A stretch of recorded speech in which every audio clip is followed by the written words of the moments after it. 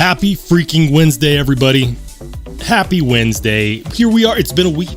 It feels like it was just yesterday, you know, since you and I had a chat, since we chopped it up. It's great. What a week it's been, man. I'll tell you what, recent things in my life. Recently made a mini series about modding knives called Pimp My Knife. If you haven't watched it, go ahead and watch it. I put more energy into that little 4-part mini series than just about anything that I've done recently. And, you know, the turnout was all right.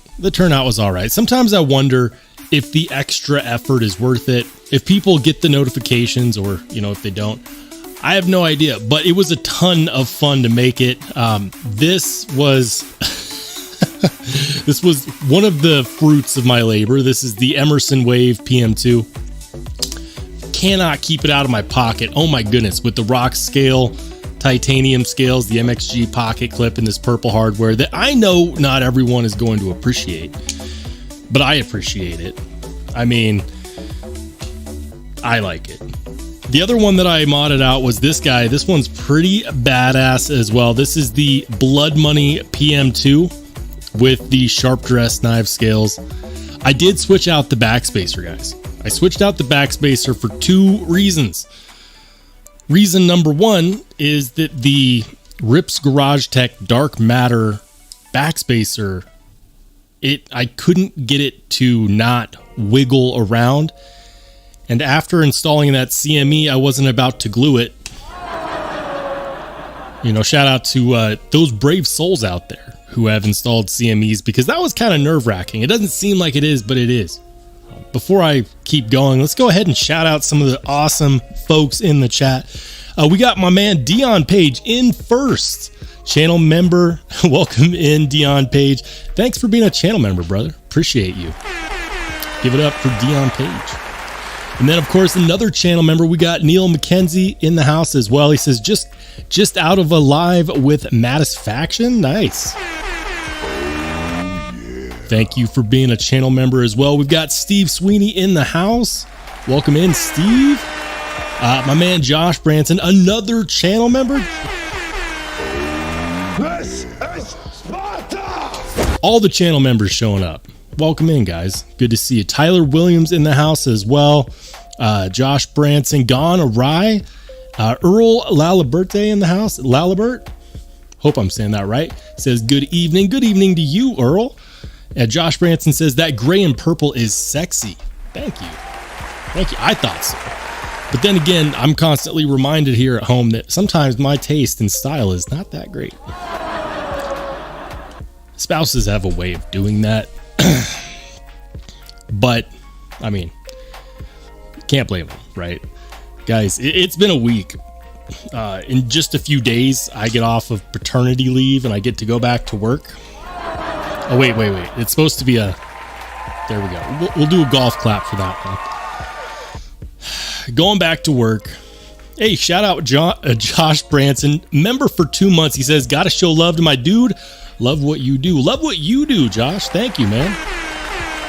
Man, I have fun doing this. Like, I think that, you know, I read the comments on other channels and my own, of course, because I love seeing like what kind of comments, you know, other channels get. And sometimes I see some craziness out there. I saw, for example, was it Knives Fast? Yeah. I was just peeping one of Knives Fast's videos, and someone left a comment saying that his job was to give away free knives. Let me tell you something. I would love to do that. I would love that if that was my job, to give away free knives, because I don't, like, in case you didn't know, this doesn't pay my bills. I do this for fun. But it killed me because it made me wonder, like, how many people out there actually think that most channels actually make a living doing this? So, in case you didn't know, I do this for fun. I do this for you guys. And because I have a ton of fun.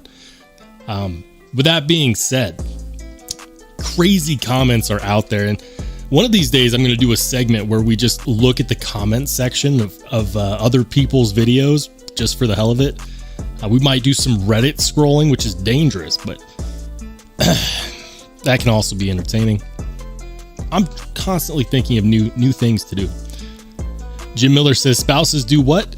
Jim, they at least mine questions my sense of style. Or lack thereof. Listen. It is what it is. Josh Branson says, jazz hands for going back to work. Yeah, man. Listen, I don't hate my day job. I actually do enjoy it. But at my day job, I lead a team of people. And for those of you in management roles, you know that when you are a manager, most of the time that just means that you are a glorified babysitter of other adults. Yeah. Jim Miller says Casey has 3 jobs. Damn. Shout out to Casey from Knives Fast. That man never sleeps. I know he does, like, doesn't he do like sports? I know he does like sports announcing. I know he has a job doing like work on electrical poles in the forest stuff. I don't know. I should know. I'm in a chat with Casey. I should chop it up with him one of these days. Maybe we should have him on the live stream, eh? Maybe we should hop on his. Give a thumbs up, by the way, if you would like to see that. If you'd like to see me chop it up with Casey from Knives Fast. Josh says, there is without a question a discernment between reality and the role YouTube plays for most creators. That is true. That is very true. You know, one day, like I'll say this, there are a few channels that 100% do this for a living and they make good money doing this. By no means is that the majority. The very, very few people can actually afford to do that. And the scary thing is that a lot of times, you watch these videos on, how to create successful channels, and you watch other channels and you're like, you know what, there's nothing special about that guy. I could do that. That's what I used to think. And then I started doing it, and like I put out a video that I thought was amazing, 50 views. For one, whenever I started, I thought it was much better than it was. That's common. And it's one of those things that you grow with. There are a few people that are very, very fortunate and just blow up overnight. That is by far not the majority. I looked at a statistic the other day, and it was like most channels, I think it's like 98% of YouTube channels don't even have 1,000 subscribers. Like that's bananas to me. It is absolutely bananas, because there's so many channels out there, so many good ones too. But you have to play the game of make a thumbnail so that people want to click on it, and that's always fun. Did you know that creating thumbnails is actually my least favorite thing to do? That is a fact.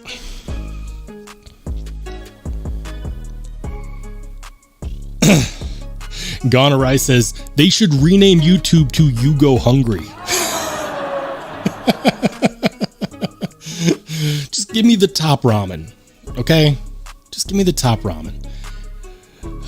Hey, Matt Russell in the house, channel member, channel moderator.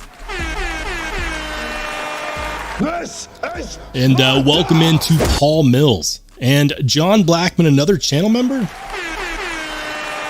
Oh, yeah. John, thank you for being a channel member, my friend.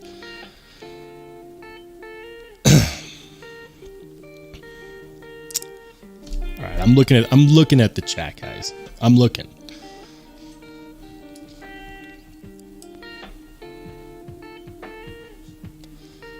It is good to see people piling in. It's been very eventful here on the channel recently. We had a giveaway. We did the 5K giveaway. Shout out to that. We recently did 4 videos in a row. The Pimp My Knife videos. So good. What's interesting to me, and I'm curious to see what other people have to say about this. The action on a modified Spyderco PM2 is highly dependent upon its handle scale materials. And for example, this is with titanium handle scales, brand new PM2. It's dialed in. I press the tab, it falls shut. This one tuned exactly the same. Press the button, it doesn't fall shut. Now, this one does have a coated blade, but I noticed that on my other Spydercos that have titanium handle scales, it seems like the actions are so much smoother.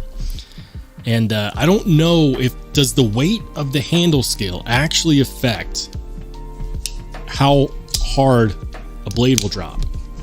Like, it's not like that one is over tightened. Like, yeah, I could loosen it up to the point where it drops shut, but then the lockup would be sloppy. I just won't do that. I have a feeling that part of it is that this is a DLC blade, and so that coating isn't as polished as, say, like a satin finish. But that's not it. That's not all. That can't be. That can't be, because I have a Spyderco Manix 2 with the same DLC coating, and it's drop shut. It did take a while to get there, though. So it makes me wonder, does the handle scale material somehow affect a blade's ability to be a guillotine on the shut? I don't know, but I want to find out.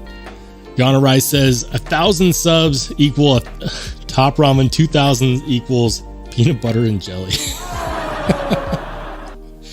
Man, you know what? Shout out to all the day jobs out there. Keeping the lights on, paying for the roof. For real. Lately, I've been appreciating American-made knives. This one has been ever present in my pocket. This is the Three Rivers Manufacturing Merlot Micarta Shadow. And it's so good. I was having a conversation the other day with the Blade Cartel, with Knife Dope, with Duty's Daggers, and I made a hot take. I made a comment where I said, I believe that if TRM plays their cards right, they could be the next Spyderco. And I started a riot. I think Knife Dope wanted to slap me when I said that, but the truth is, Three Rivers Manufacturing owns their own titanium company. Spyderco doesn't do that. Also, I think that there is a rise in demand for American-made knives that are made really good. They're made really well. And Three Rivers Manufacturing does such a phenomenal job. Like, I hate to say it, guys, but if I had to pick between carrying this and carrying my Manix 2, I'm just going to say it. I'm carrying this. The ergos feel better. The lockup is super strong. The blade is super, super slicey, and it feels good, and it's patining perfectly. It's so good. It's so good. That isn't to say that I don't absolutely think that Spydercos are amazing. You could probably call me a Spyderco fanboy. I've been carrying these modified PM2s all week. They're fantastic. I carry them both sometimes. But could Three Rivers Manufacturing be the next Spyderco given enough time? Do you think that they would actually build up their manufacturing capabilities to be able to put out knives on that level? Spyderco does it because they have factories in Taiwan and Japan, here in the United States. And, Spyderco did invent the pocket clip. I know.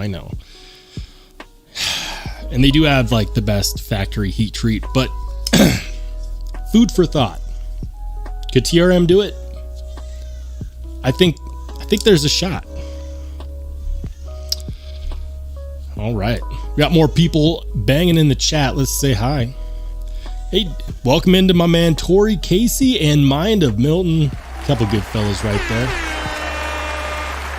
Michael Upchurch in the house, another channel member. Michael, thank you for being a channel member and joining us tonight.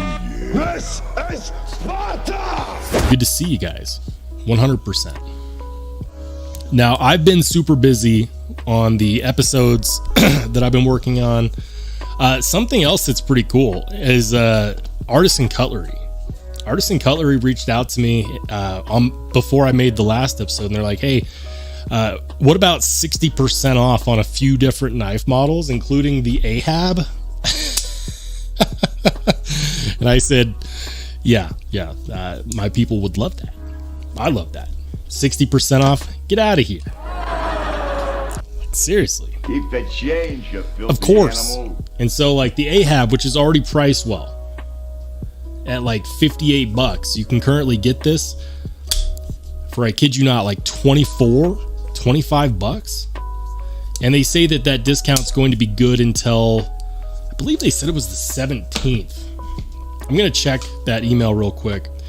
But guys, it's not just the Ahab. If the Ahab is not your cup of tea, check out the link in the description. Yes, it's Amazon link, but there's a code there and a link, and you can get like 60% off of like the Milea, the Arion. It's a couple different ones. I'm going to double check to see how long that's good for. But I think they said it was going to be good for like 6 or 7 days. And so just to make sure that nobody misses out, because this is what always happens. I'll get a deal going and I'll make a video, and then 4 months later someone will be like, well, you know, like that discount code doesn't work anymore. I don't know what to do about that. I don't know. But let's find out. How long is it good for?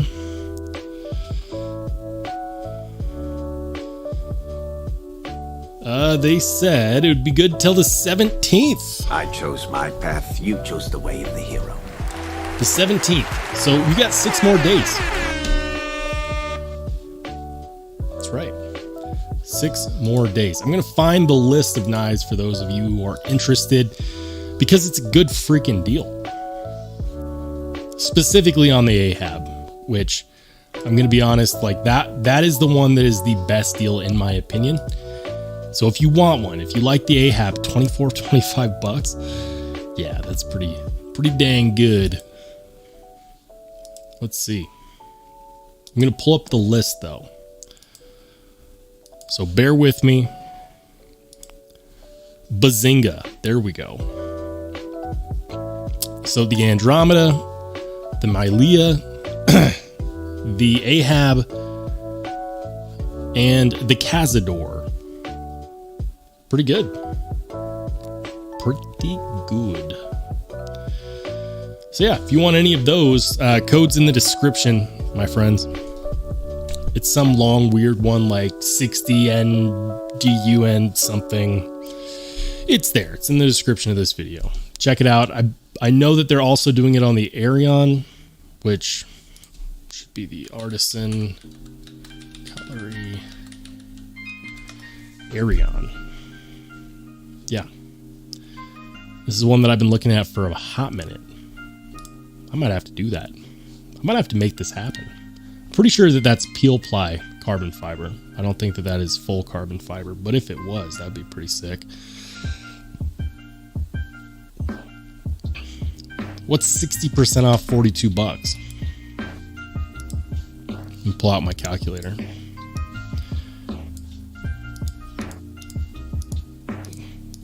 Yeah, $25. That's good. That's great. There is a kicker though, and I didn't know about this when I posted the video. The kicker is apparently they're only letting people do like one purchase for that discount. So pick the one you want, 60% off, even if it's one you already have, but you want to get it like a Christmas present for somebody. Maybe you have an office function coming up. Great time to save some money. You know, hit that $50 white elephant gift limit right away. Save yourself $20. Do it.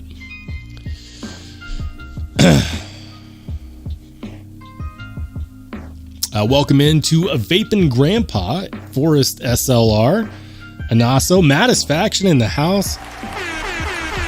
Listen, if you guys don't know, if you don't know Maddie's channel, I don't know what to tell you. You're living under a rock. If you haven't done so yet, make sure to follow Mattisfaction. We got brand new American in here. Welcome in, my friend. We got Kobe Venable in the house. Welcome in as well. Another channel member. Colby, thank you for being a channel member. We appreciate you. Ginger Fisher 75, another channel member. This is Sparta! Man, good to see you guys. Good to see you. Something I haven't done recently. I haven't gone diving into the coming soon knives on White Mountain Knives. RSB10 channel discount code will get you 10% off. I have not looked at this in like a week. Ooh. Vampire Jack is coming soon. Of course, I would guarantee you that the one that sells out first would be either the Purple Haze or the Dark Matter Red carbon fiber. I am such a fan of Dark Matter Red fat carbon fiber. I'll say this though. This is what ticks me off about Dark Matter carbon fiber when it comes from manufacturers is you never know what you're going to get. And so often I see where you look at the picture, right? And you're like, oh yeah, look at all of that red. Well, they took that stock photo with the best sample that they could find. And then 50% of them have like one fleck of red. That's one of the things that I love so much about this guy is that there is so much red in these handle scales. And you see it differently when you shift the knife. Sharp Dress Knives did a fantastic job on these scales. That is my only beef with Dark Matter carbon fiber of any color, is that often there's not enough color in many of those knives to get released. $300 for a slip joint. I have not purchased a slip joint yet, but if I was going to get one of these, it would be this one. Yeah, no doubt. Or the Purple Haze. Big fan of Purple Haze. I keep seeing these Isanzos. One of these days, I'm going to check one out. Then they've got some Ultim. More people. It seems like people are of one of two minds. Either they love Ultim and they're like, this is amazing. Or they agree with me and they think that it looks like urine yellow. Yeah. Look, once I saw it, I couldn't unsee it. I know. Ultim has some amazing heat-resistant properties. Hey, welcome into Brian F. Welcome in, Brian. Good to see you, man. And then, of course, Leland Phil as well. He says, I've had bad luck with fat carbon. Anything always looks great online, then looks sad in person. You don't want your carbon fiber to look sad. You know, I've actually had the opposite, where I look at pictures online and I think it looks awful. And then I get it in person, it looks so much better. What's a good example of this that I can use? Oh, I've got one. Where is it? Where did I put it? Yeah. So, this is the Feist XL in Purple Haze. And it looks so good in person because there's so much depth when you shift the handle scales around. You see the shimmer, you see the shine, and you see different shades of purple depending upon which way you tilt it. And as someone that really appreciates good aesthetics in knives, I really like that. But when you look at the pictures online, you don't get any of that shimmer, you don't get any of that shine, which is a damn shame. And I think that I don't know. Aesthetics are one of those things that will always be very, very personal to you.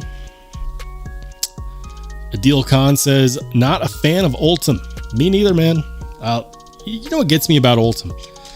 People that defend it will say, well, it's got heat resistant properties of, it can withstand up to like 400 degrees Fahrenheit. But you know what else can withstand actually 4 times as much? Aluminum. And it can withstand twice as much without losing out any of its toughness. And it's also light. It's also tough. Aluminum, super underrated. But we're not going, bananas over aluminum.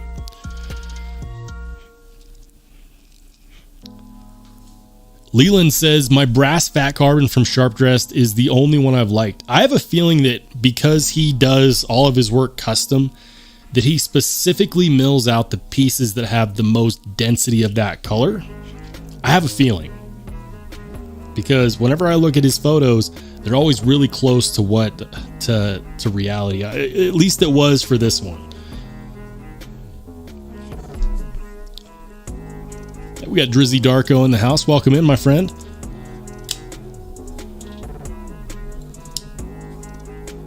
Yeah, Josh Branson says, shout out to Oreo Dave for that amazing Kaiser Feist. Yes, sir. Oreo Dave, huge channel supporter, channel member, and moderator, gifted me this Feist, and it's been great. I couldn't believe it. He actually won this in a giveaway, and he was like, you know what? This is going to you. Keep it, sell it, talk about it. So, Dave, if you're out there, thank you. Jim Miller says Black Ultim is quite attractive. You're the second person who I've talked to in the last couple of days that has mentioned Black Ultim. What is in Black Ultim? Let's see if we can find a knife in Black Ultim. I think I saw one on Blade HQ.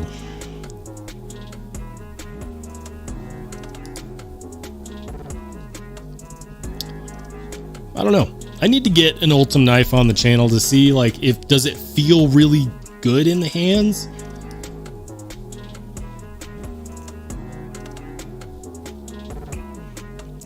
Free mystery $25 knife with $150 purchase. What is this?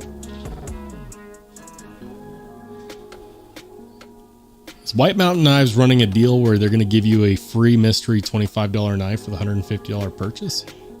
Or does that only qualify on these knives? I know, I got sidetracked. That happens to me a lot. I'm so confused, White Mountain Knives. What are you doing? What's new?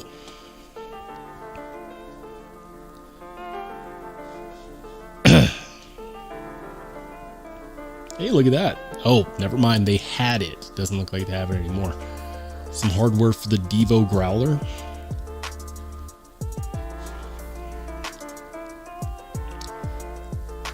Hey, we got my man Sharif Manganis in the house. Oh, yeah. Shout out to Sharif, and congratulations, Sharif, because I found out Sharif is actually he's able to put in the order for the Kaimano. The Kaimanos are coming. If you ordered a Kaimano, you should be super freaking excited because they will be here soon. He's also doing some really cool stuff with some lanyard beads or some paracord beads. I should call them paracord beads. I don't do knife lanyards, but what I do is I like putting zipper pulls on like my camera bag, on my backpack, on my EDC pouch, and that is a lot of fun. So I might have to, cozy on up to Sharif. Sharif, you should hook a brother up with some of those, with at least one of those beads. We'll talk.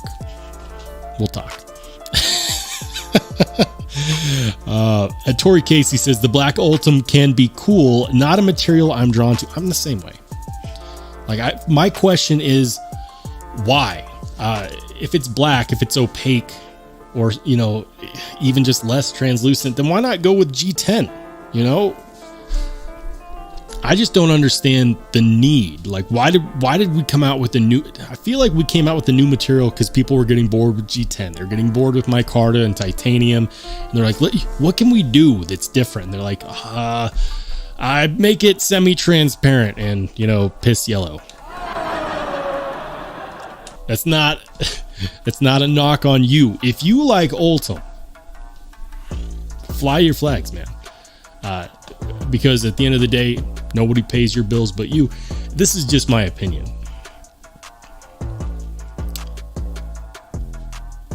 The Honey Badger Worn Cleaver. I really wish that they had spelled the worn part of that correctly with an H. Is that a typo, or is that how Honey Badger spells it? I don't know. Drizzy Darko says, if your Ultim isn't the color of rich urine, is it really Ultim?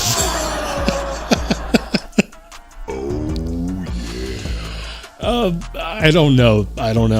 Is black Ultim just, oxidized regular Ultim?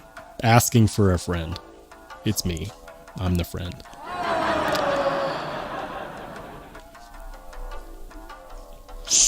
Sharif M says, if you like Ultim, you like piss. You know what? It's amber. You know, it could be that people really like the amber, and I get it. You know, another thing that draws some people that do like it, because it seems like it's a 50-50 split. Something that draws people that like Ultim is the fact that it is semi-transparent and that you can put like designs underneath the Ultim that shine through. And you know what? I get that. Make it blue. Make it red. The yellow gets to me. It truly does. And welcome into Demonock. Thank you for joining us, Demonock. I feel like I missed somebody. Ed B in the house as well. He says, people love Ultim and shit on FRN. Yeah, that's fact. That's fact. Something that really tempted me today.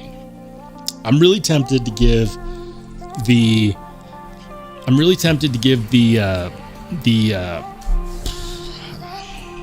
polycarbonate MSI a chance, because not because I believe that those polycarbonate handle scales are any good at all, but because rumor has it that Original Goat might be making some titanium and or aluminum scales for the MSI.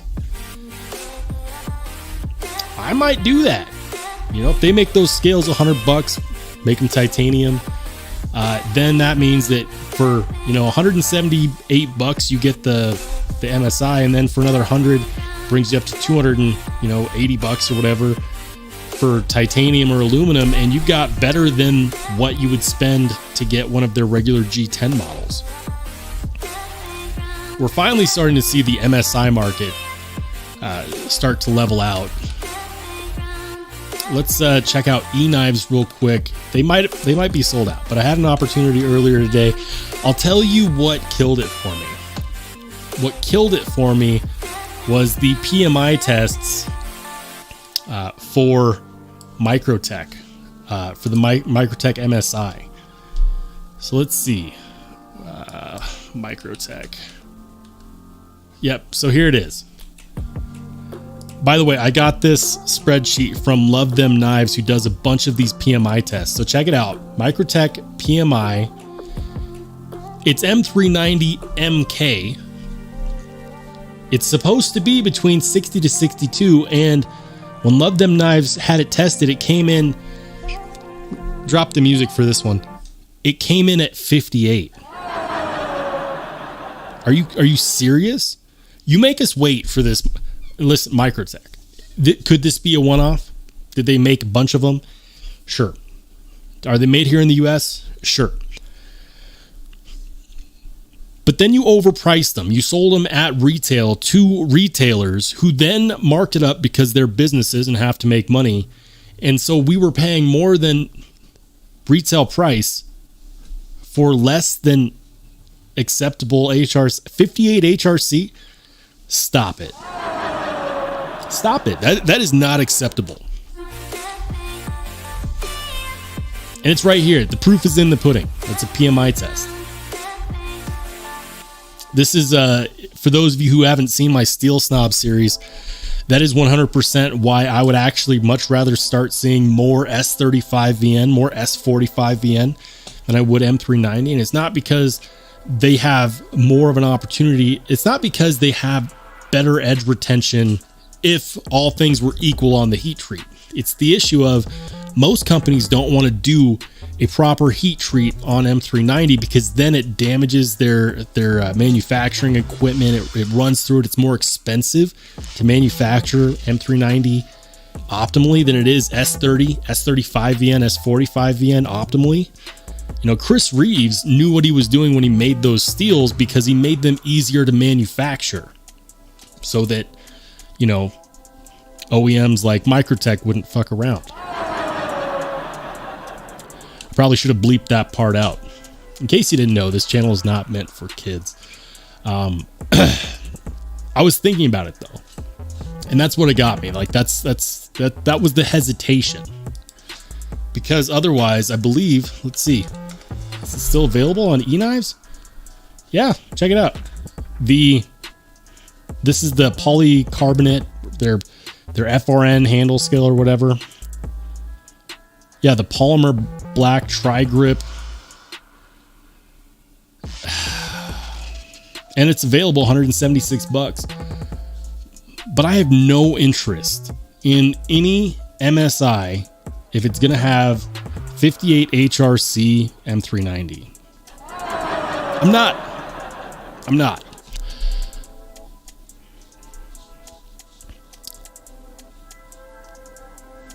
Tori Casey says, I just pulled FRN off my new Endura for carbon fiber and did indeed chat on them before tossing them out like the other 14 sets of FRN. Good man. I knew you were a good man, Tori. As you should. Is there anything wrong with FRN as a handle scale material? No. But when you have a Spyderco, you have an opportunity to make it whatever handle scale material you want. You want G10, there's a billion out there. You want micarta, carbon fiber, titanium, aluminum, Ultim. Yeah. I've seen some Ultim options for those of you who are into that.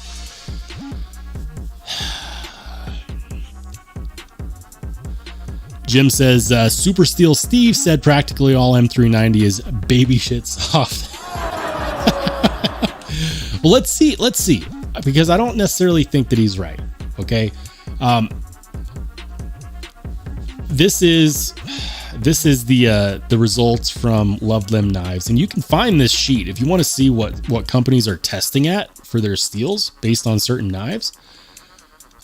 So for example, let's see, M390 at 62. You know who made this one?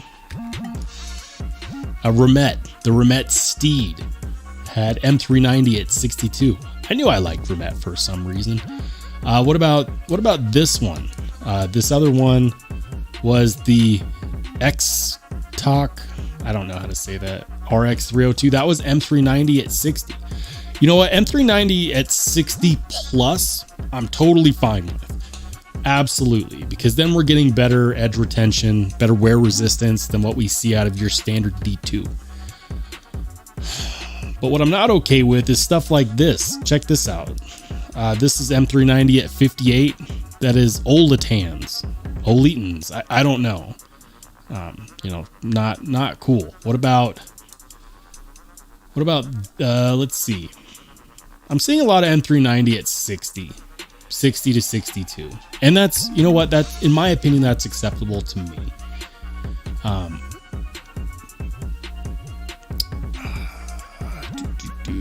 Here's D2 at 62.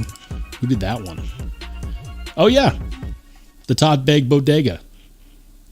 It's not a Todd Begg Bodega. It was a Begg Knives Bodega, and you have to understand. When he listed it like that, Love Them Knives, I don't think he understood that Todd Begg and Begg Knives, same family, but they are not together. It's the Begg Knives Bodega. Yeah, I'm not surprised at all. But then you start seeing M390 from Tucson. And here's the deal. Like, I'm going to go on a little mini rant here. I can't make a video about a $150, $160 knife with M390 without somebody hopping in my comments being like, well, I can buy a Tucson that has titanium and M390 for $100. What makes this so special? What makes this a good deal? Because Tucson can do that because they're not properly heat treating their M390. I'm just going to say it, guys. Tucson can do it because they're not spending the money to properly heat treat their M390. You want to know why they can price stuff so cheaply? Part of it is a marketing gimmick. The other part is because they are not spending the time and the money in the manufacturing to get it right. They're going down a checklist, and they're counting on us to not be smart enough to understand that. So educate yourself, defend your hard-earned dollars. Seriously, 100% protect your hard-earned dollars. I'm not buying M390 from Tucson. And I'm not saying that all of Tucson's products are not heat treated well. I'm saying that I don't trust their M390 because most of the time when I see Tucson M390, it's like 59 HRC every time. Every single time.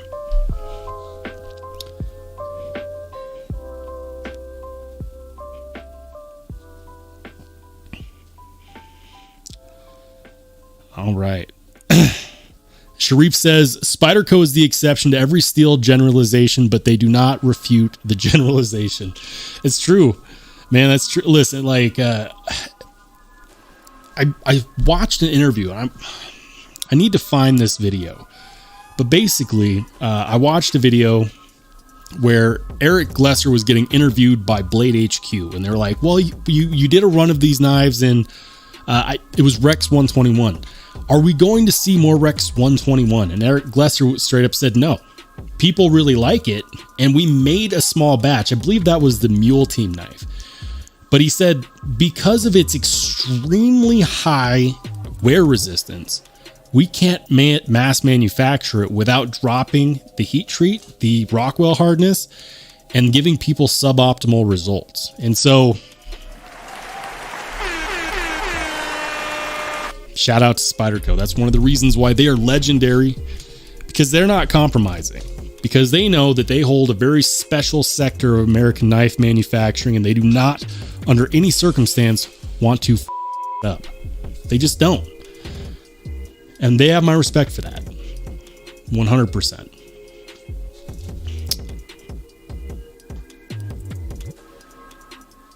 Sharif says, that's why Spyderco is the GOAT of the industry. Yeah, I would agree. Mark my words. Three Rivers Manufacturing is getting there. They've got a long ways to go. I believe they could do it. I believe they could really carve out a space for themselves. Stonehand says, I think Rex 45 is my all-time favorite. I don't know too much about Rex 45. I'd have to look into that one more. Drizzy Darko says, S90V for the win? Oh, yeah. I'm a big fan of S90V. Absolutely. It's one of my favorite steels. It's actually what most people think they're getting when they buy M390.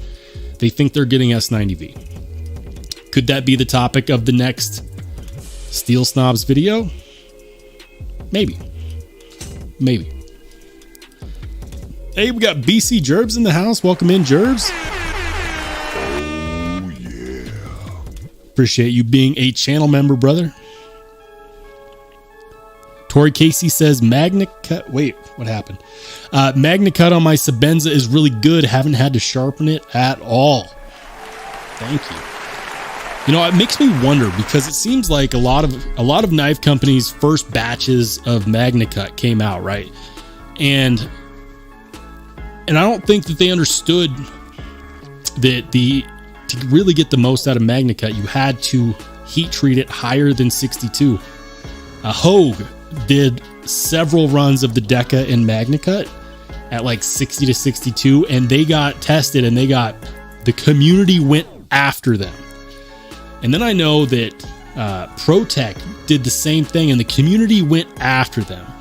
Now, what do we see? We see Hogues with I believe it's 62 to 64 HRC.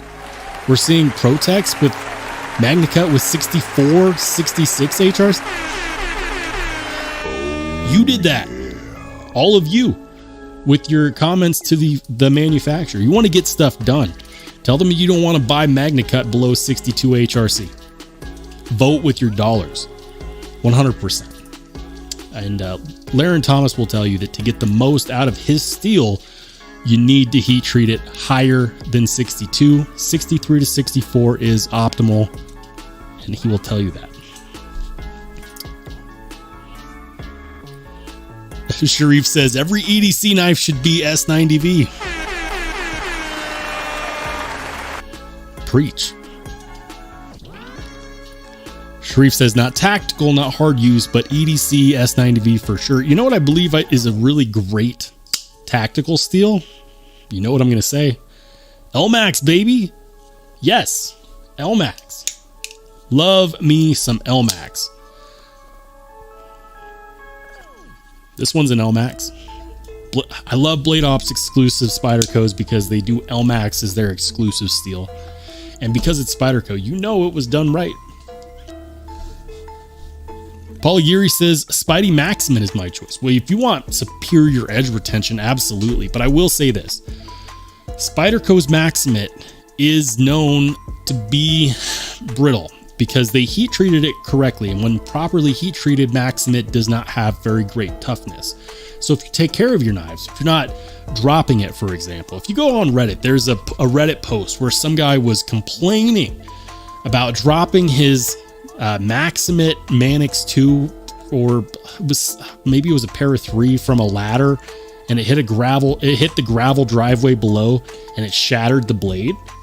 And a lot of people are like, "Oh, it must have been a heat treat issue." No, it's not.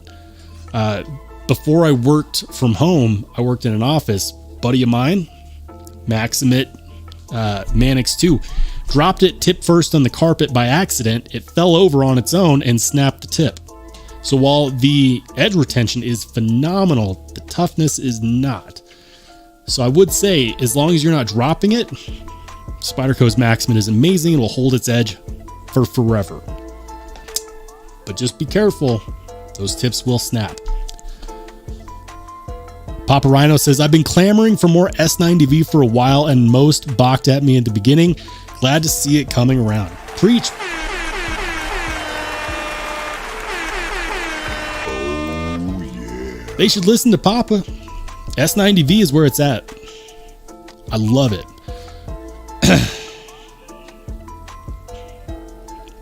Josh Branson says, Sharif, I'm selling my Jack Wolf Cyborg Jack in S90 so I can give you monies for the Kaimano. Can somebody help out our boy Josh? Can someone buy that Jack Wolf Cyborg Jack? Get this man a Kaimano. Let's make it happen. Craig Vincent says, what about PM2 and S110V? All right. I didn't know we were going to go down this route.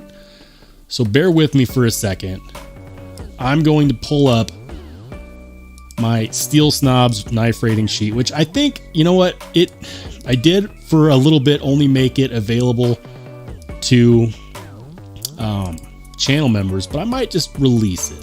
You know, enough information is out there. I might as well just release it. I'm trying to find a good way to make it public.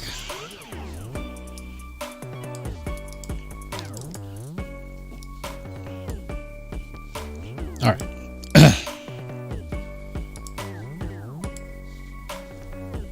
So S110V, this is my comparison sheet based on Laren Thomas's work. So S110V, I'm going to compare it to S90V real quick. Let's do this. S110V, and we'll do Maximate, and we'll do S90V as well.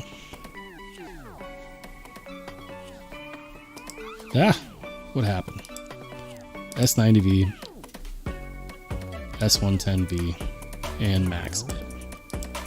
All right, so here we go, and I'll zoom in for the people in the in the popcorn section, in the nosebleeds. All right.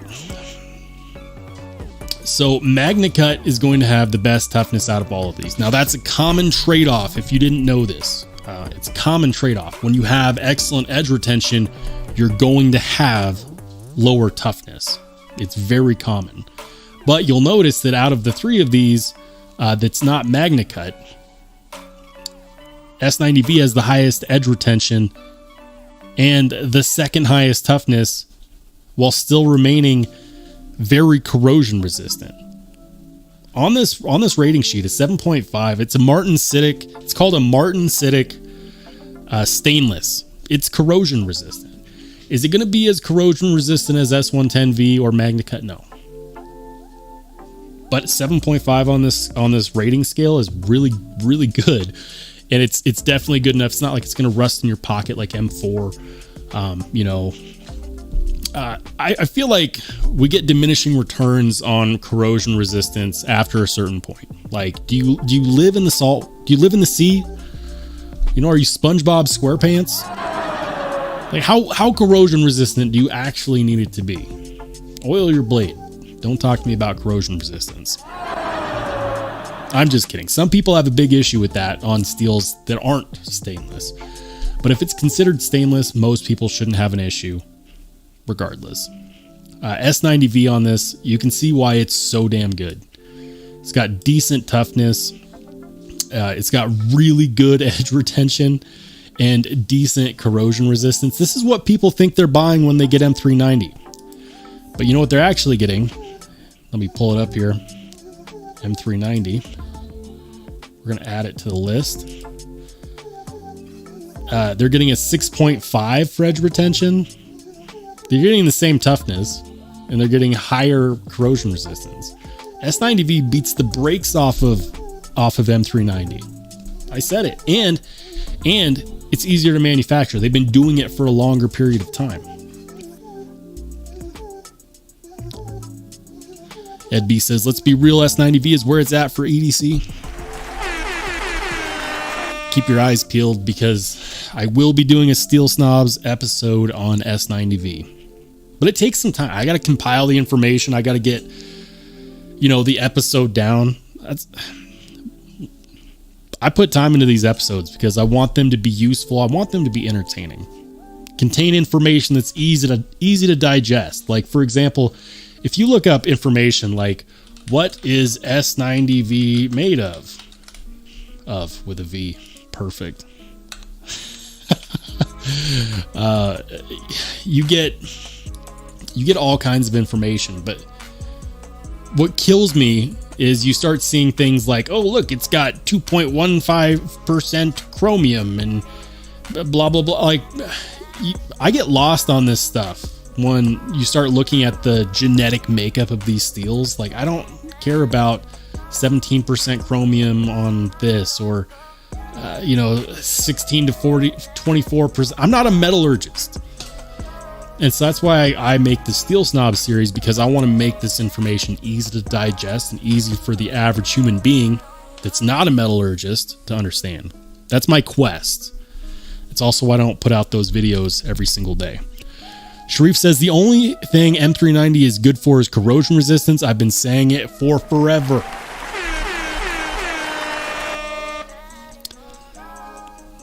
Dude, we need to normalize the use of MagnaCut. We need to normalize the use of S90V, which is getting there. We're seeing a lot more knives in S90V. I'll say this. I think that we need to normalize the use of S35, S45, and S30V, because even though we did a ton of knives, we had a ton of knives in those steels, as a community, we're kind of moving away from those. It's being seen as less premium, but those are really good knife steels. And oftentimes they perform great because they're easy to manufacture.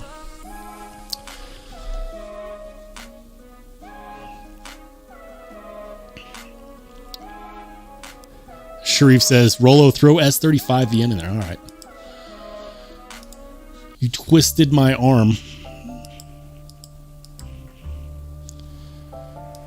We'll do that.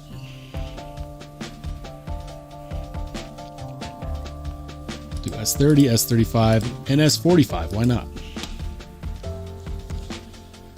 So, S35 is going to have better toughness than M390. It's going to have...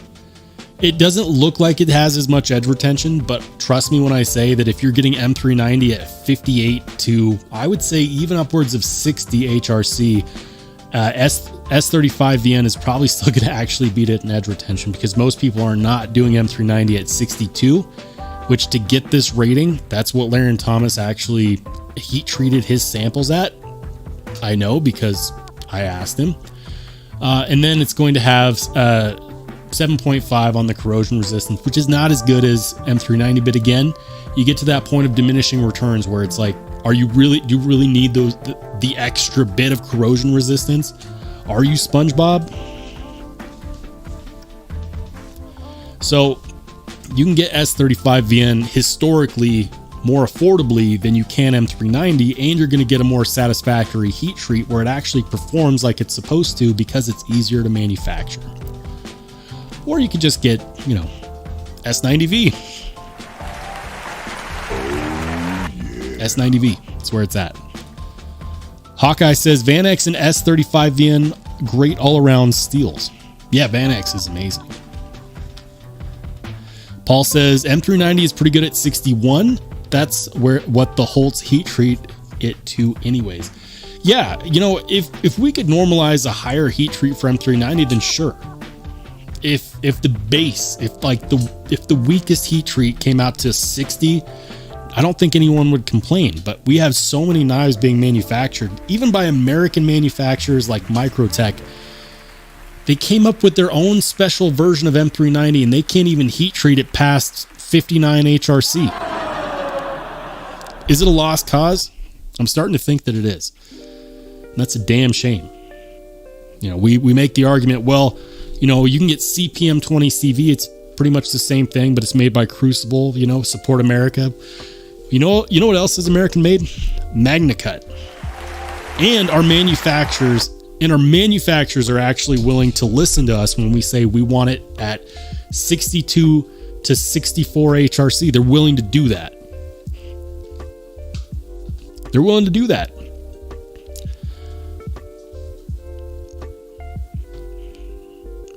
Sharif says S90V for EDC, S35 for hard use EDC, MagnaCut for all things if prices come down. Can I get an amen?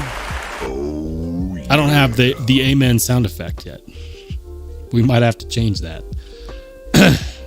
Sharif, if I couldn't agree more.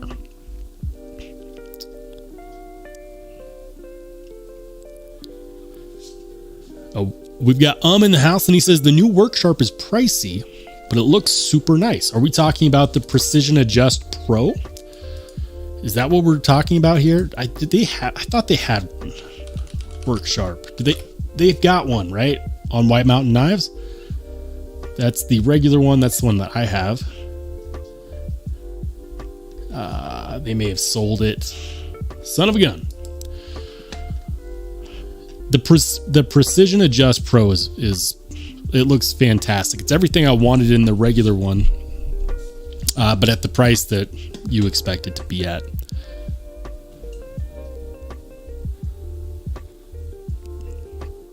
Josh says the thing about this chat is Sharif, as a seasoned designer, has real-time experience with these steels. Yeah. Yes, he does.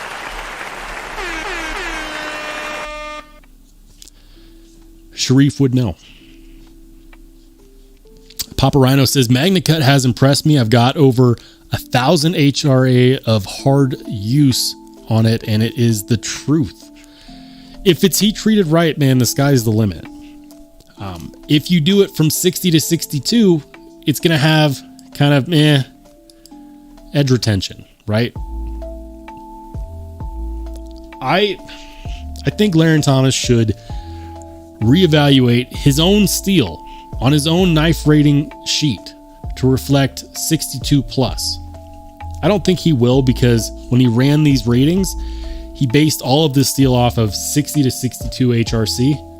And so if he were to just boost the HRC for his MagnaCut testing, then he would have to do it for all the others so it would remain fair. He's not going to do that. But that's a bummer. We will, in fact, have a Steel Snobs episode on MagnaCut as well.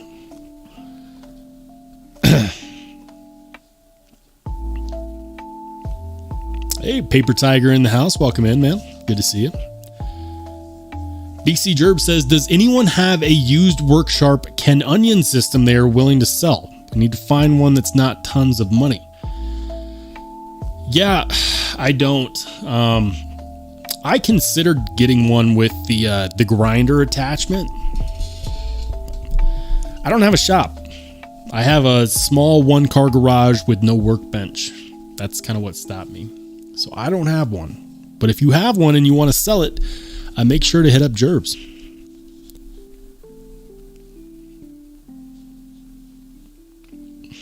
All right.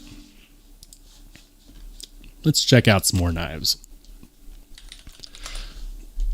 Will we stumble upon the Black Ultim?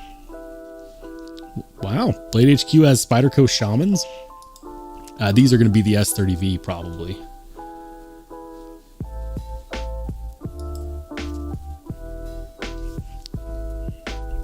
Would not be surprised. Yep, S30V. Hey, S30V is a fine steel. We just got done talking about why. G10 handle scales, although you could hit up Rockstead, you could hit up Sharp Dress Knives, you could hit up Flytanium, you can get scales for this puppy anywhere. There's no need to stick with the G10 if you don't want to. That is 100% a choice. I miss my Shaman. I had a blade off Shaman in LMAX and I sold it. Love LMAX.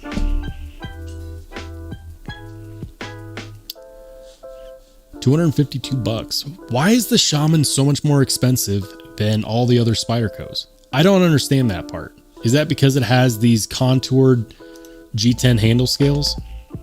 What makes the Shaman more expensive? Popularity? Demand? If you know the answer to that question, let me know.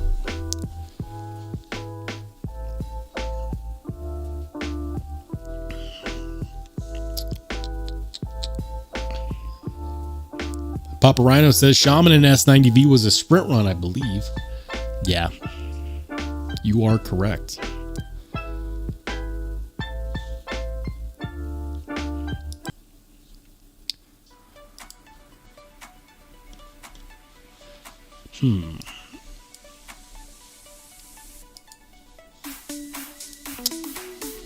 What else they got?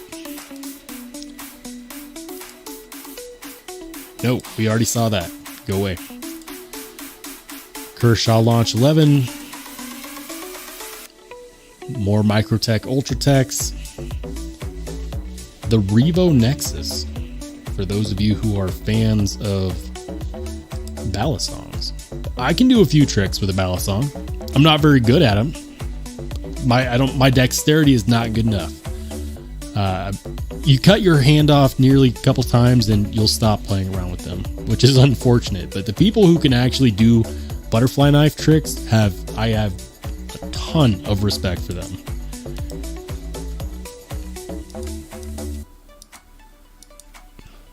The Demko 80 20.5. Oh man, so we got to talk about this one. So I am not 100% positive. You see this where it has the squished deployment hole? See this where it's squished? You know, the first place I saw that was on Transparent Knives Instagram, where he messed up on the grind of a reblade and it ended up with a squished deployment hole. I wonder if that's a coincidence or if Demko also saw that and said, hey, opportunity. But something that I've heard is that these new slicer sharks do have a thinner profile. And if you want one in Ultim, you will spend $290.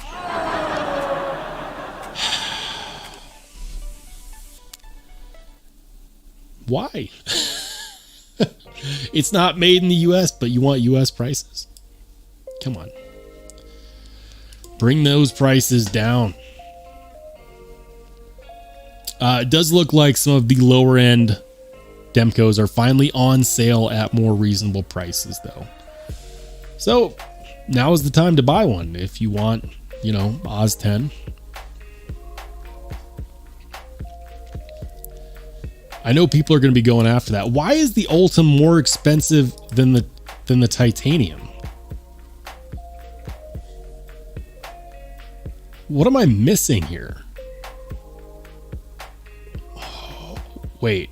No, it says wait. Is this Titanium? No, that is not Titanium. That is G10. What is going on? No. Nope.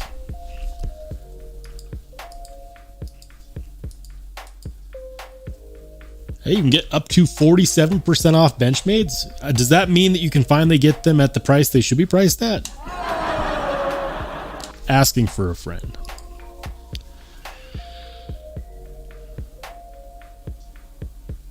Gonorrhea says, I'll take the smock in full tie over the shaman. Yeah. If you get a smock and you want titanium scales, reach out to Kevin Smock on Instagram. He makes his own custom scales. And he does, like, these are the scales you want. I'm not saying that Mettenboss makes bad scales. I'm not saying that Smock or anybody else. I'm not saying that other aftermarket scales are bad.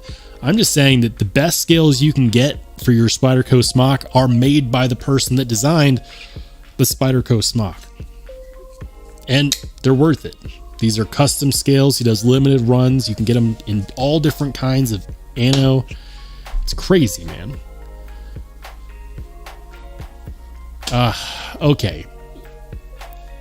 Shootouts are still $300. You can get a Magna Cut benchmade CLA for $300. No, I don't think that the shootout is worth it at $300. I just don't. I 100% don't. Hey, shout out to Oreo Dave. Welcome in, Dave. Good to see you, man. And welcome into Dwayne Letterman as well. Todd Carr, welcome in.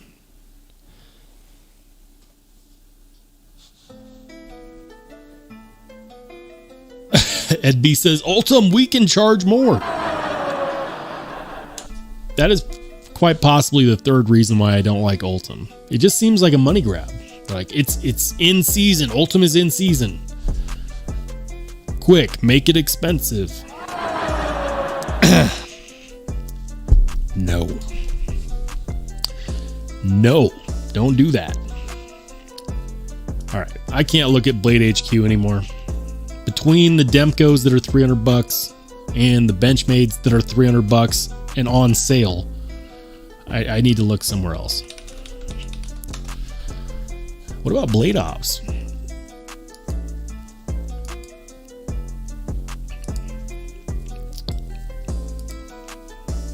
Let's see, what's new?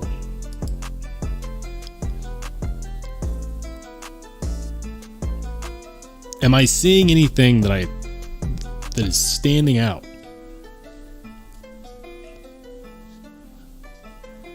Ooh. So this one is interesting. This one is actually very, very interesting. This is the High Water Knives Estuary. And this is a custom knife made right here in the US. $300. CPM 154, aluminum handle scales, button lock. But it's a custom, or at least it's a mid-tech. I believe it's a mid-tech. They do, it's like a CNC custom. I reached out to him on Instagram. He saw my message. He did not respond, but we may have to find a way to get one of these in our hands because aluminum handle scales, CPM 154, mid-tech button lock, CNC custom. This could be really good. Now, I don't expect every company that I reach out to even respond to me, but I really hope that they do. I might just reach out to Blade Ops and say, hey, will you send me one? We'll see. We'll see if Blade Ops will lend me one because this could be really good or it could be meh. It's a modified Tanto.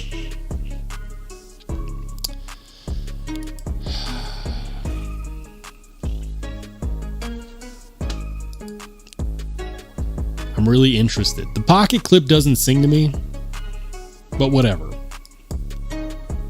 If the rest of it is well done.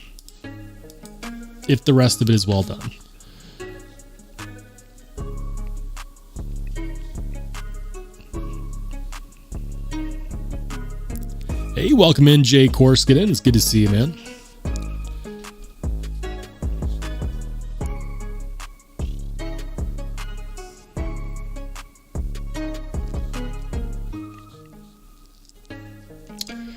But yeah, guys, this is one that I'm going to find a way to get on the channel one way or another.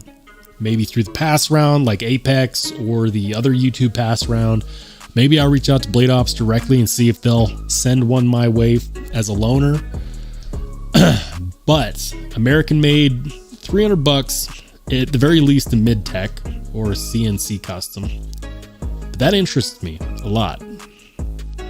They've got the Ooh, they've got the ProTech Strider PT Plus in MagnaCut. Does it mention the HRC? Because I know that ProTech's been doing a lot more higher HRC MagnaCut. What? Okay, so this is what I don't get. Why is this one $450 and this one's $280? They're both MagnaCut. I'm assuming they're both aluminum handles. Let's see. Yep, they're both aluminum. They're both MagnaCut. They're both PT Pluses. They both have texturized handles. Why is that other one so much more expensive? Is that like an exclusive or something?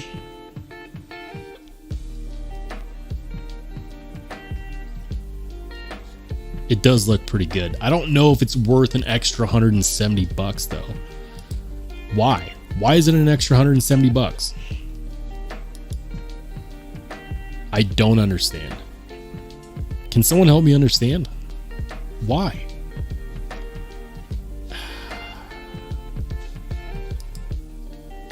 I don't get it. I just don't get it.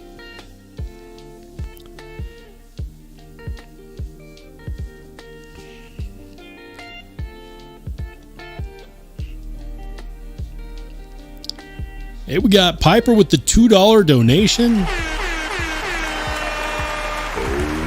Thank you, man. Thank you. I appreciate it. Jim Miller says that Blade HQ has the Mordax drop on Monday. Had a Mordax drop on Monday, sold out fast. I knew that was going to happen. I didn't even bother going. One of these days.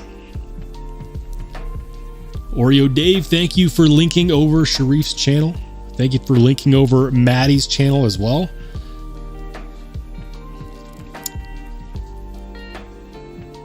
Oreo Dave's over here doing the Lord's work. Thanks, Dave. We appreciate you. Happy Haptic says, I would classify it as a high-end production, even if it's a one-man show. He's producing the same knife over and over and over. Even a machine-assisted custom should be a one in some way or another. Yeah, I'm assuming we're talking about the high water estuary. I've got to check it out. It's a foregone conclusion. That's what we're going to call it. I'm still waiting for someone to tell me why this ProTech PT Plus Strider is $170 less than this one. I don't get it. I don't think that I will get it. We're going to have to move on. Giant Mouse Ace Tribeca. Give me something that's heart stopping. That's what I'm looking for. And not a benchmade at $400.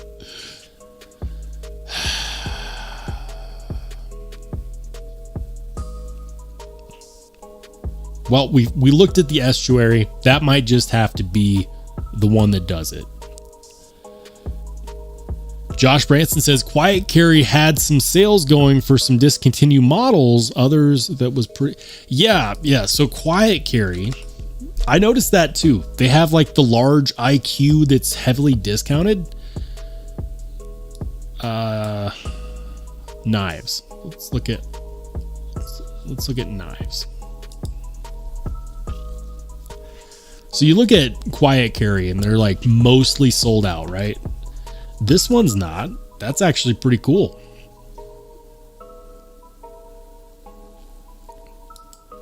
It's really cool. The Drift, $315 in Van X.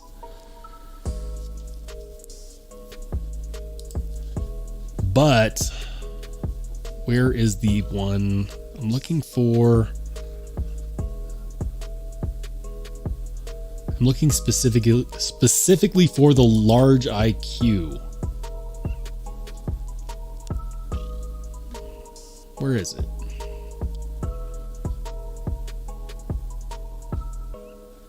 Seeing the waypoint.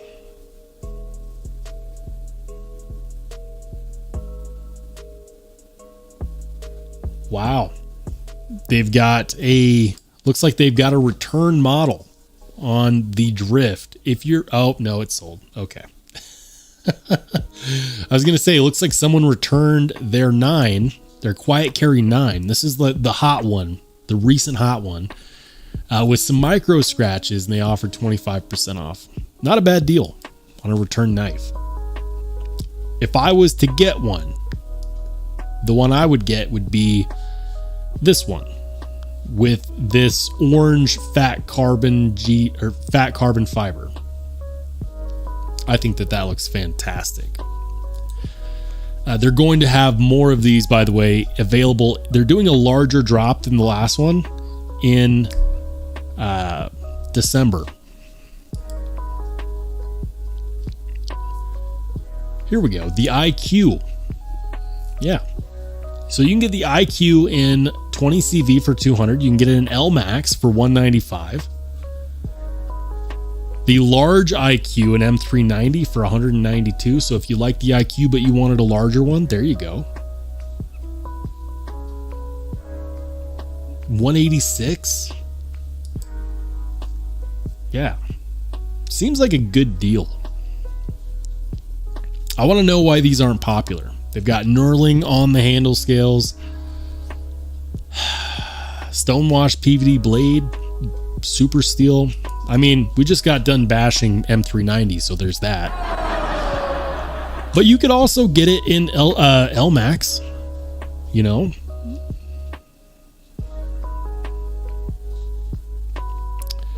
Stonehand says, does Van X have better edge retention than LC200M? Let's find out. Let's consult Laren Thomas. So we're going to find us some LC200N. We're going to find us some Van X. So according to Laren Thomas, Van X has better edge retention than LC200N. They're going to have about the same edge retention. LC200N is going to be far tougher.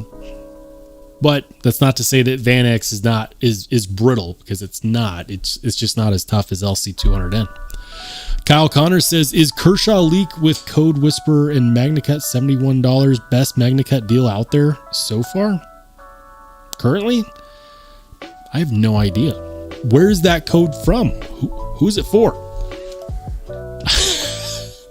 I don't know. You're going to have to give us some more information, Kyle. Let us know, man. Dwayne Letterman says, what you guys know about Tecto knives? So, Tecto knives. So Tecto knives is, from what I understand, I don't believe that they come up with their own designs. And I'll show you what I mean. At least on some of their initial automatic out the front knives. Okay, so this is what I mean. So check this out. So this is a Tecto, right? I want you to pay close attention. Is it going to let us zoom in here? Pay close attention to how that looks. Okay, it's D2. Count the, look at the pattern. Partially serrated, tanto, 1, 2, 3, 4 holes. Swedge here up at the top. Okay, you have that in mind? Now check this out. If you go to Raven Crest Tactical,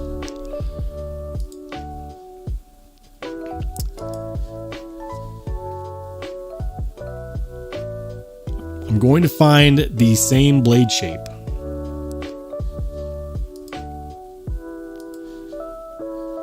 Hold on. I believe that they use the same Chinese OEM for their OTFs, and it's not just them. It is pretty much,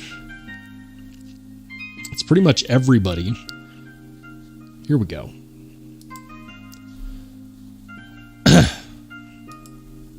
Let's call a spade a spade. Check that blade shape. Swedge up here at the top. Tanto, partially serrated. 1, 2, 3, 4. Count them.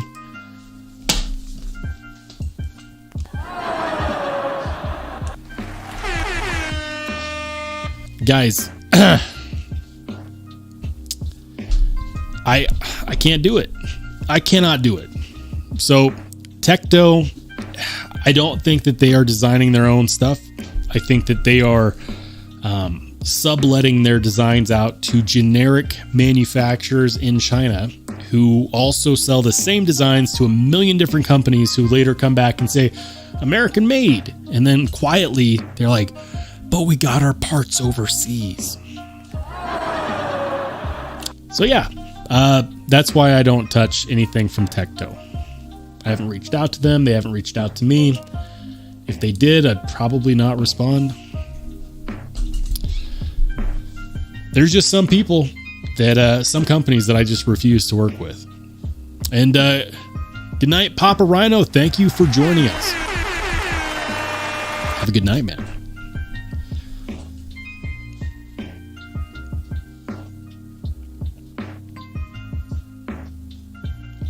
Craig Vincent said, I watched a video from Greg Medford. He doesn't seem to be a MagnaCut fan. He probably doesn't like the prices. Keep in mind, Greg Medford is still charging like $300, $400, $500 for knives made with D2 steel. He won't tell you this, but he's part of the problem. Like, I get it. You have great tolerances on your knives. You're one of the few remaining American manufacturers still willing to touch titanium.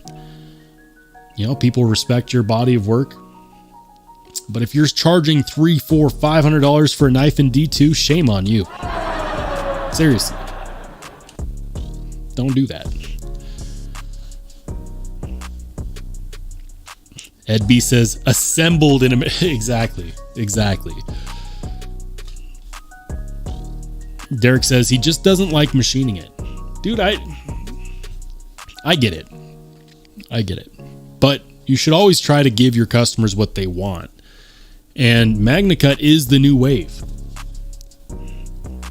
Sharif says Medford is not a fan of Logic. Yeah.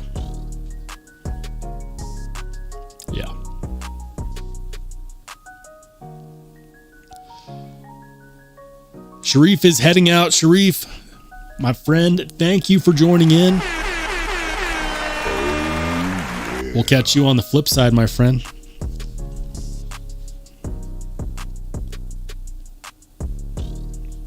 Derek says you can get Medford in that range with S90V at DLT. Really? Let's see. DLT. Which Medford am I looking for? Screw it. We'll just search for Medford.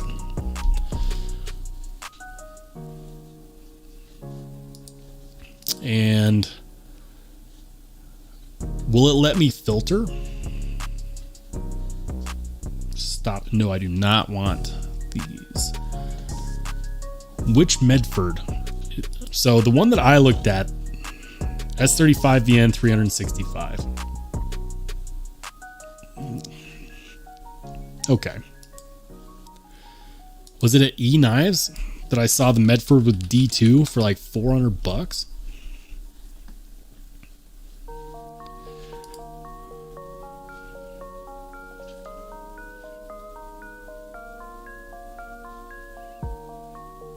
Where is it? We'll do... Nope. Ascending. There we go.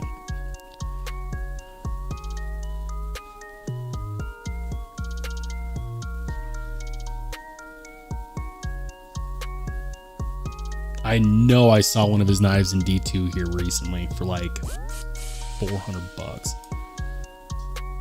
Which one was it? I'm going to find it. That's S45VN. I'm okay with that price tag. For a Medford button lock, $410. It's not cheap, but I can live with that. Where is the D2? Where's the D2? I'm gonna have to find this knife. Ooh, was it an M48 flipper?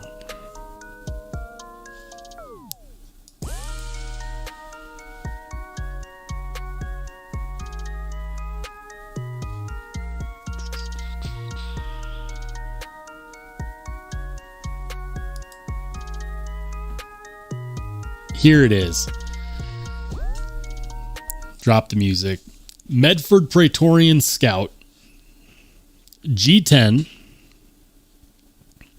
Is that G10 on both sides? Looks like it.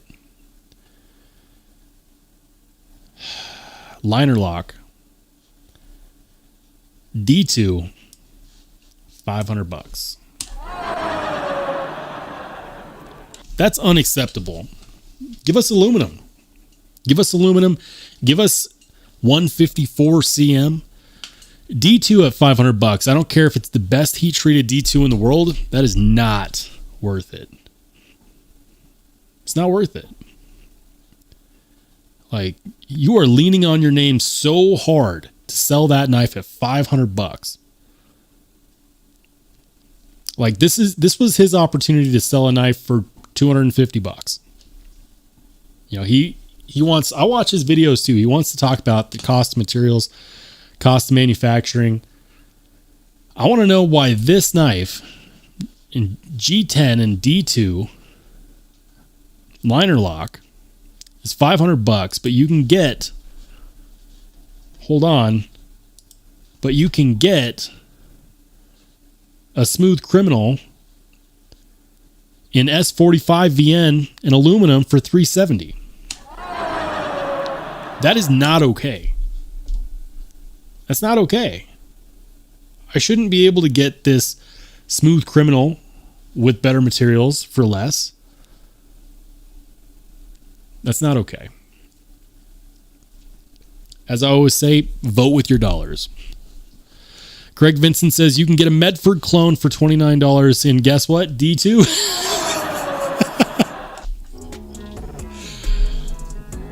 It's the truth. And if he wants to know why Chinese clones are going at his neck, it's because of crap like that. You know, why should someone spend $500 on your G10 and D2 when they can get something in better materials or the same materials for $29? Like, I don't support clones at all. I don't. The theft of American design intellectual property is abhorrent. I 100% do not support that. But I can see why it happens. Derek says D2 with a shoddy heat treat. That makes me wonder, is there Medford on this list from Love Them Knives? I doubt it. Nope, there's no Medford. And because he doesn't advertise it, we don't know what his knives are heat treated at either. I mean, does it mention it? Does it tell us what the HRC is? I mean, I'm assuming that it's got to be good at that price, but we don't know, right? We don't know. If Microtech is going to heat treat their M390 at 58, how are we supposed to know if Medford doesn't heat treat his D2 at 59? Don't lean on the flag, American manufacturers. Don't lean on it. Just do better. Jay Korskinen says, check out the Pyrite Mini. Could have sworn I saw one of those on White Mountain Knives.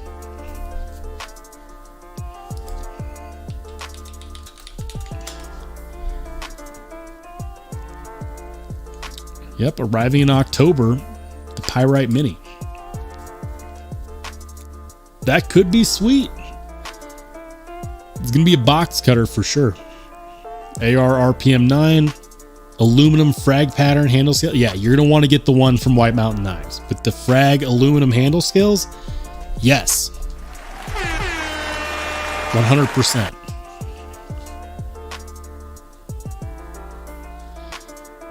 Says, Love Them Knives tested a Chinese D2 clone running at 63.8. Sheesh. That's disgusting. How could, like,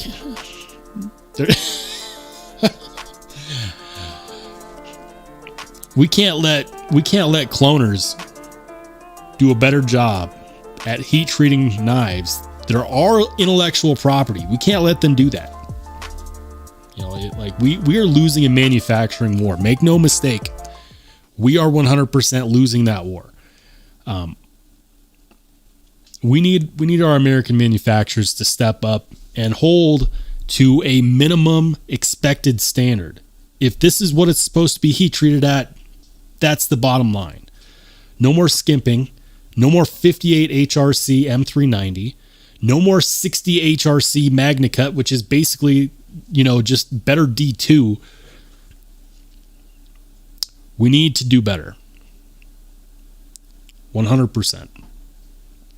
And on that note, my friends, we ran about 30 minutes over. Normally, I only go for an hour, but I appreciate you guys going on this ride with me. This is the time where I mentioned that there is a delay. So by the time you're seeing this, we've probably already ended the stream, but I want to say thank you to each and every one of you who showed up on the stream. Every single one of those channel members who showed up on the stream. Those who are not channel members, thank you as well. Guys, I got more stuff in the works. Make no doubt about it. Can't wait to see what happens next. I hope you all have an absolutely fantastic rest of your week and rest of your night. And other than that, I'm going to call it. I'm heading out. I will catch you on the flip side.